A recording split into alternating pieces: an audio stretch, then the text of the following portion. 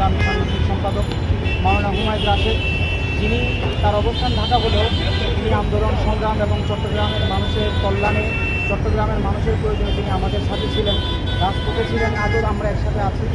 চট্টগ্রামের মানুষের প্রত্যাশা এবং এদেশের মানুষের প্রত্যাশা যে বাংলাদেশের আমরা মানুষকে অঙ্গীকার পরবর্তী সেই অঙ্গীকারগুলো আমরা ভুলে যাই। আমরা চাই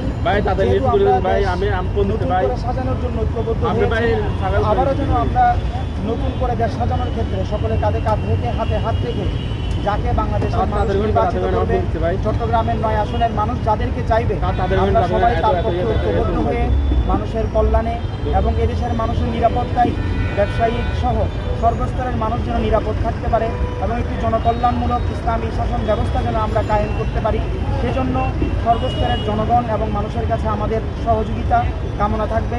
এবং আমি বিশেষ করে চট্টগ্রামের মানুষের কাছে এটা বলতে চাই, আপনারা তো দীর্ঘদিন বিভিন্ন শাসন দেখেছেন, এবার সর্বশেষ আমরা আপনাদেরকে বলতে চাই, যারা আপনি আজকে দীর্ঘ 17টি বছরের একটি বেড়াজাল আমরা ভেঙে ফেলেছি, আমাদেরকে একবার আপনারা সুযোগ দিন।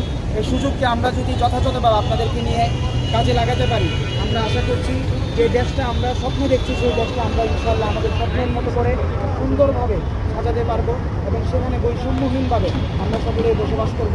আল্লাহ তাআলা আমাদের সকলকে নিরাপত্তার সাথে শৃঙ্খলার সাথে সুন্দরভাবে থাকার তৌফিক দান করুন। আসসালামু আলাইকুম ওয়া রাহমাতুল্লাহ।